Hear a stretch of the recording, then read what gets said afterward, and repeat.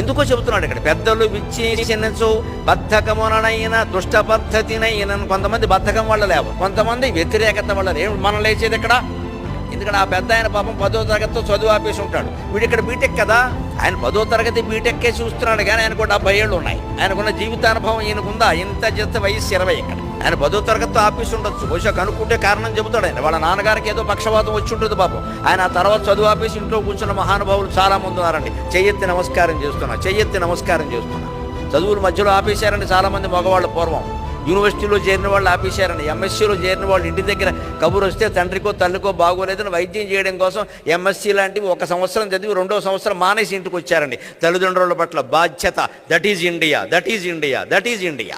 ఈ బోర్డు పీజీలు పీహెచ్డీలు చదవకపోయినా నష్టం లేదండి. ఇంట్లో తల్లిదండ్రులకు సేవ చేయడమే ముఖ్యం. దానికోసం చదువులు మానేసినా పర్వాలేదు, ఉద్యోగాలు మానేసినా పర్వాలేదు.